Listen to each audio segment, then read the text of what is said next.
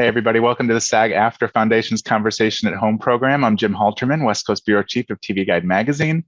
Before we're joined by our guest today, I want to let you know that the SAG-AFTRA Foundation is a nonprofit organization that relies entirely on donations to provide emergency assistance and free educational programs to SAG-AFTRA artists. This conversation is made possible thanks to the generosity of our supporters. Over the past year, the foundation has given over $6.5 million in COVID relief to more than 7,000 performers. If you are a SAG-AFTRA artist and need help, please ask. And if you can help, please give. Information can be found in the description of this video. Thanks so much for your support. Now, without further ado, it's my pleasure to welcome Jill Scott and Barry Watson, the stars of Lifetime's Highway to Heaven. There we go. Get it on your newsstands.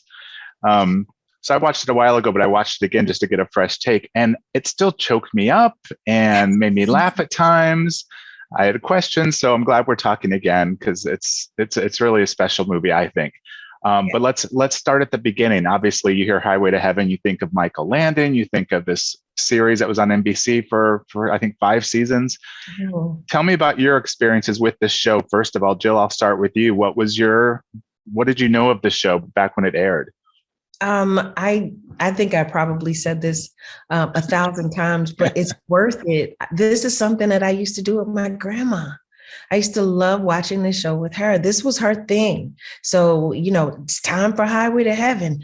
And then we get in her bed and we'd snuggle and we'd watch it. And she wasn't necessarily a snuggling kind of woman. So when, you get the opportunity to be under her and smell that smell and just enjoy her bed. Her bed was precious, So all of those things and watching this show about doing sweet things, good things, real people having issues and some bright light showing up to lead them, along the dark path to the new light, I thought, when I saw the script, I was like, I really want to be a part of this. Yeah. And Grandma was crushing on Michael Landon a little bit, wasn't she? I think you told me. I mean, most grandmas were crushing on Michael Landon. He was a beautiful man with that hair. I know. Shut up, Barry. The man had beautiful hair. What do you want from me? Hey, I used to have, Michael Landon-ish kind of hair on 7 I saw your hair just now. That was awesome. I mean, it's not quite like Michael Landon, but I did my best to impersonate him back then.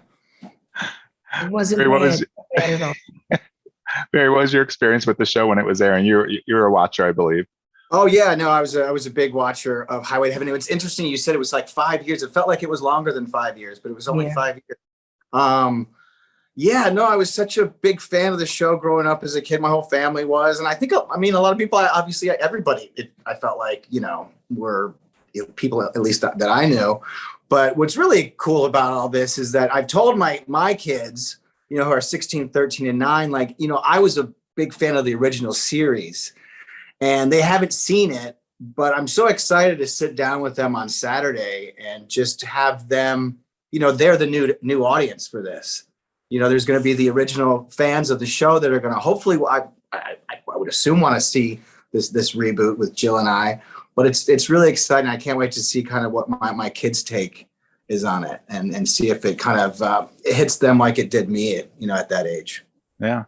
And Jill, you're also an executive producer for the project. What were kind of those early conversations like about what the show this film series? I keep calling it the show, but it's a series of films. But what were those early talks about what the show should be and how you should do a little fresh spin on it? The fresh spin part, I don't think that we even really broached it other than, me being me. But mostly we wanted to capture a very similar energy. We didn't want, I personally didn't want Angela to appear too together. Nice, but not perfect, because I believe that angels really come in all shapes, sizes, colors, creeds, religions. And I wanted to make sure that was implemented, that she was just a person. I wanted, there was a certain grain, a certain color in the film that works for me. I felt that it would be a little more gentle. People are really accustomed to a lot of smoke and fires and guns and running and racing. And, it's been a long time since there was something that was just wholesome, just wholesome. So, yeah, that was kind of my approach. And luckily, everyone agreed. And then Barry can attest to this. We had one of the best energies on a set that I've ever seen in my life. Anthony Minghella told me that when you're the head, everything else falls based on where you are, and you lead by example. And that was really important to me, that the energy was good, that we were happy people creating for people who may not be so happy at the moment. Yeah. That part really counts. Beautiful. Barry, what's your take on that when you were shooting and just that same energy she's talking about? No, I mean, it was, and it starts at the top with setting the tone from day one, and no, the energy was always so positive every day, even if it was getting down to that, those late hours, and we got to get this last couple shots in, and everybody's, working their tail off, and but it always stayed positive. There was no, that sometimes can happen on sets when things are getting tight, and no, it was just always such a great energy. And it's interesting too, because, Jill and I, we might have talked about this before. We were in quarantine and we didn't really have that opportunity to get together and rehearse or just, form some chemistry beforehand. I mean, but we did have this 2-hour drive to kind of where we were shooting. And I could be wrong, Jill, so correct me if I'm wrong. But I mean, I remember Jill and I not necessarily talking so much about the script or the movie, but just talking to each other about life and our families and that sort of thing. And I feel like that really helped us so much going into that first day. And then right off the bat, it felt right. It felt good. And, we had this great crew that, worked their tails off. And so it was just, yeah, I mean. And they were like fairies and magicians and unicorns, like the most interesting people I've ever come across on any set that I've ever been on, period. Yeah. I was like, this is amazing. What a good vibe, like such good feelings. I hope that I can take that energy, and I know, Barry, you want to do the same, take that kind of energy everywhere we go. Lifetime has just really fostered a beautiful vibe. I want that. I'm taking that everywhere. I'm going to do my best because that's it. Well, and for a film like this, that's so inspiring and has such a solid, good message. It's great that you worked in an environment like that, because you all know, like, it's not always like that when you're shooting something. No, it is not. Definitely. So once this was in development and you guys were about to start shooting, did you then go back and look at the old show at all, or did you really just stick to the script in front of you and just kind of rely on that? I stuck with the new script, but I watched the old show. I wanted to see those interactions between Michael Landon and everybody. And I wanted to see him hold on to that kind nature, that beautiful spirit, no matter what happened. I wanted to see that. And I tried my best to make that a thing, a real thing. Okay. Barry, how about you? Yeah, no, I mean, I did, like, I saw like a rerun like a couple months before, and I told my wife, I was like, why aren't they doing a reboot of this? I get the script. But after that, I thought about watching old episodes, but I kind of remembered some of them as well. And, as long as I felt like it was still sticking to what the original series was about, which is, love and kindness, respect, forgiveness, which all this script had, then I felt like we were going to be okay. I mean, I didn't want to look back at it and be like, well, how can I play more like Victor French in this or something? And just forming that connection with Jill. I thought with the script the way it was and forming that connection with Jill, I figured we'd be all right. We'd be all right. Yeah. One thing I remembered from the original show, and then I saw again when I rewatched the movie, is how well the Angel character listens. Because Michael Landon did it all the time. He'd ask a question, but then you would really see him taking in what people were telling him. And Jill, you captured that exact same thing. Yes, you did. But did you tell me about preparing for the characters a little bit? This is a SAG-AFTRA panel, so people want to know about the process and that.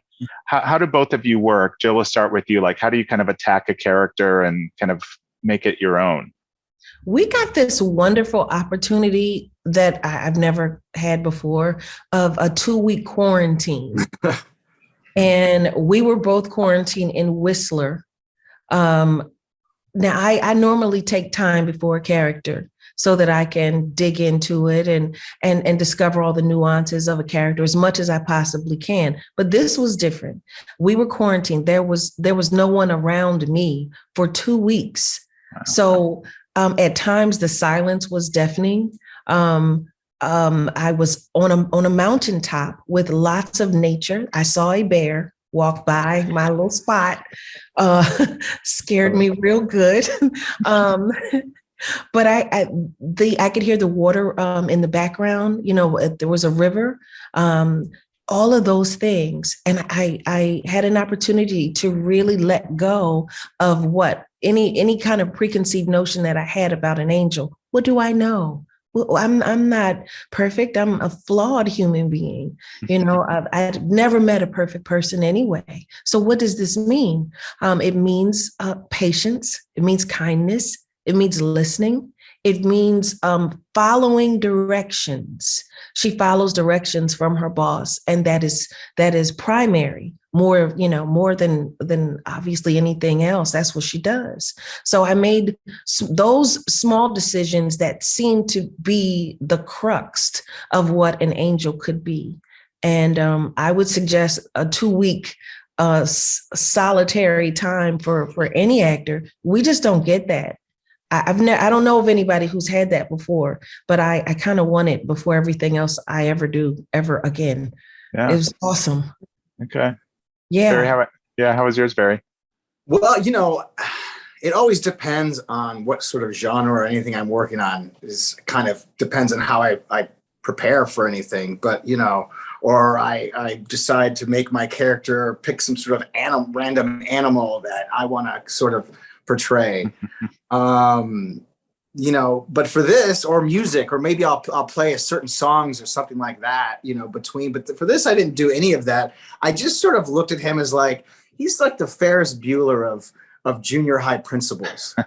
So how can I bring that sort of likeness that like, where, you know, the students think this guy's a cool principal. He's there for them, you know, he's solid. But also play it in a way where, you know, I wanted him to have like this sense of humor that was really kind of a layer of him sort of hiding what's maybe really going on within himself. And like Jill said, through that 2 weeks, that's sort of what I came up with, was sort of like that, like, okay, I didn't work too hard on any of the dialogue too much. I just tried to put myself in a certain mind frame for who I felt like Bruce was. And yeah, it's kind of how I did it. Okay. It was much better than some darker thing that I've shot before, where I'm like, you know, I need, like, as my wife says, like a month to sort of detox from that character. Right. Right. So tell me what those first days of shooting them were like, because you're, you know, in your 2-week confinement for COVID and all that. But then when you finally get together and start doing the work, what was that first day like, or even your first scene, if you remember? Jill, what do you remember? I just remember saying, hi. Like, everybody wanted to tell me their story, and I was happy to listen. Just being alone for a while will do that to you. So everybody was just talking and sharing, because I think most of us had been in the quarantine. So everybody was just, you know, sharing and who they were and what they were about really quickly. We got to know each other fast. Okay. Yeah. Barry? Yeah, mine might be the opposite of Jill's a little bit, on at least the first day, because I think I remember calling my wife after work and saying there were so many people there. I hadn't seen anybody in 2 weeks, and there was just so many people around me. And not that I was like felt claustrophobic, but it was just, it was refreshing to see people again. It was just refreshing to kind of just get the work started and, have that instant connection with Jill when we were working. And so it was just that first day. And then after that, it just got back to like, oh, okay, here I am. I'm on set again. I'm working, but like we said earlier, but with such a, the crew was just so warm and loving and fun. And it was just a fun ride. Okay. In our business, we talk a lot about chemistry and people kind of working together. Did you guys know right off the bat that there was some nice spark between your characters? Just that they connected really well when you watch the film, right? Kind of right from the get-go, but then as the film plays on, you see it kind of deepen a little bit. But can you talk about that? Because that's something I know you always hope for, but then when you actually start doing it, did you kind of feel it right away? There's something special? I have been on stage and on screen with actors that I didn't connect with at all. And it just makes for a little more work, finding something in yourself or finding something in that person or about that person that you kind of fall in love with for the moment while you're shooting. Barry, it's just cadence for me. The way that he says words and phrases, it makes me lean in all the time. I'm doing it now. It makes me lean in. He's funny, like really funny without trying to be funny, which I love. I love an accidental sense of humor, which is fantastic for me. And he's warm. He's warm and super prepared.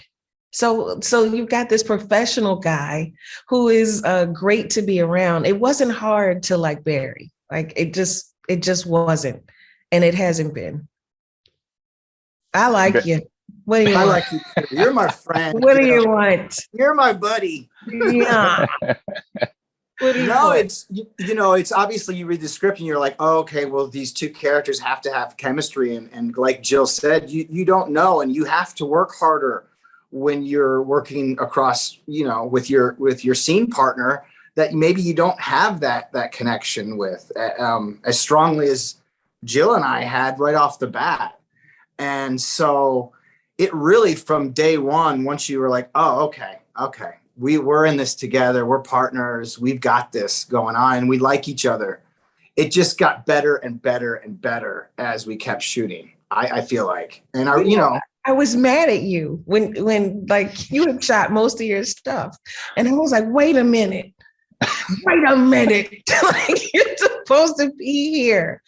Like, I'm sorry, but it was like I was done. But now I know if we work together again and I wrap earlier than you, I'll hang out for a bit. You have to. He was trying to get home to his family. I needed him to be around. I love that. Jill, when we talked last time, I remember saying that, Angela I was calling them powers, and you had a much better word for them. But talk about the word that you came up with, but also just the tone of that, because it could have been very big and grandiose, but it's not. But can you talk about that? What did I say? You said it starts with a G. Gifts, which was a perfect way, because I'd watched the movie and was calling them powers, which didn't feel right, but gifts was your word. But can you talk about how you guys found Angela's gifts and how to portray them in the show? I think that her gifts are going to show up differently for every time. We don't know what's needed. I think it's all based on what's needed in the moment. I think a magician will probably just wave the wand or a wizard or wave the wand and just make things disappear. That's not how life works. You have to figure out how to traverse through it. And that's Angela's gift. She sees what's the part of the puzzle that's missing for a human being. And then she adds that. I have no idea what's going to come next from her or how the gifts are going to be, but it all depends on the story and the characters that she's sent to help. Yeah.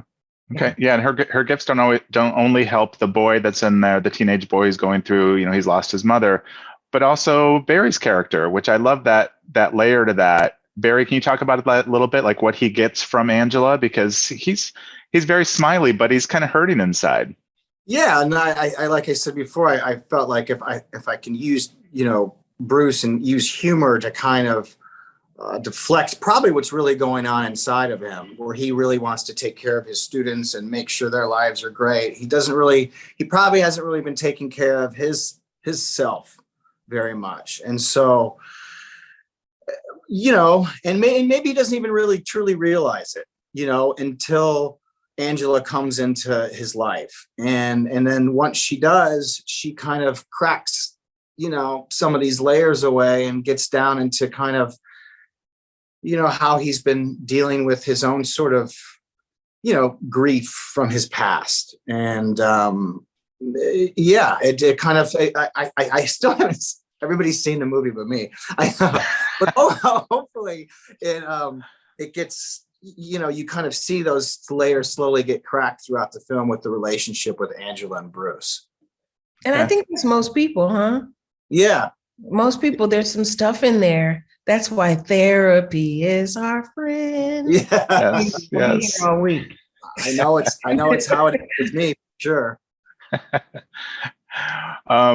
Like I said before, the film has a little of everything. You laugh, you're definitely going to need some tissues. I needed them even after watching the movie, so the second time got me too. But can you talk about what you hope viewers take from this? Where I'll let you start first, Jill. But what do you want viewers to take from this first film? Oh, I hope that people remember their own goodness. I hope that they will attempt to be an angel for someone, and listen to that voice that says, give an extra $5, leave a big tip, smile at that guy, say good morning to that lady. We've gotten so caught up, I think anyway, just watching the world from when I was a child to now. I'm 49, so I'm watching all of this, and there's some special things that are missing, I think, from our humanity outside of our homes. So a little more kindness, a little more patience. Maybe that moment, for a few tears will be beneficial. I hope that it's good on the spirit. That's the plan. Okay. Barry, how about you? You're going to watch this with your kids, you said? Yeah. I'm going to watch it with my kids. I just, I hope that, I'll find out kind of what they think, but I hope, the majority of the people that are going to watch, not to take everything away from what Jill just said, which I can't really say much more after that, but just, the respect towards one another, the listening, the connecting with one another, getting outside of our world and opening it up to the rest of humanity and connecting with humanity more so. So just, I guess that's just a little, the same thing Jill said, but maybe just different words. But yeah, just love, kindness, respect towards one another. I really, really, really hope that happens, because especially in a time like this, it feels like we really need it. Yeah. I would say tell people to quit looking at their phones and just look up, because you miss a lot. You miss a lot. It's like those people that are in restaurants, the couples that, and they're both on their phones. Like, why'd you even go to dinner? Right. Why go together? Yeah, exactly. I think that when you get an opportunity to spend time with your grandparents, there's really something, super beneficial in that. And I want my son to watch this with my mom. They really like each other anyway. But, just to watch this together, I think I probably won't be able to watch it with them. But I don't think I'll make it. I'll be like, but I would like that. Well, you're kind of passing down what you did with your grandmother, where you sat and watched Highway to Heaven with your grandmother. And now your son can do that with your mother. It's beautiful. Full circle. I know. I love that. I like it. Well, you guys, on behalf of the SAG-AFTRA Foundation, thank you for sharing your experiences, process, and your craft with your fellow performers. Thank you so much, and congratulations on the movie. Thank you so much.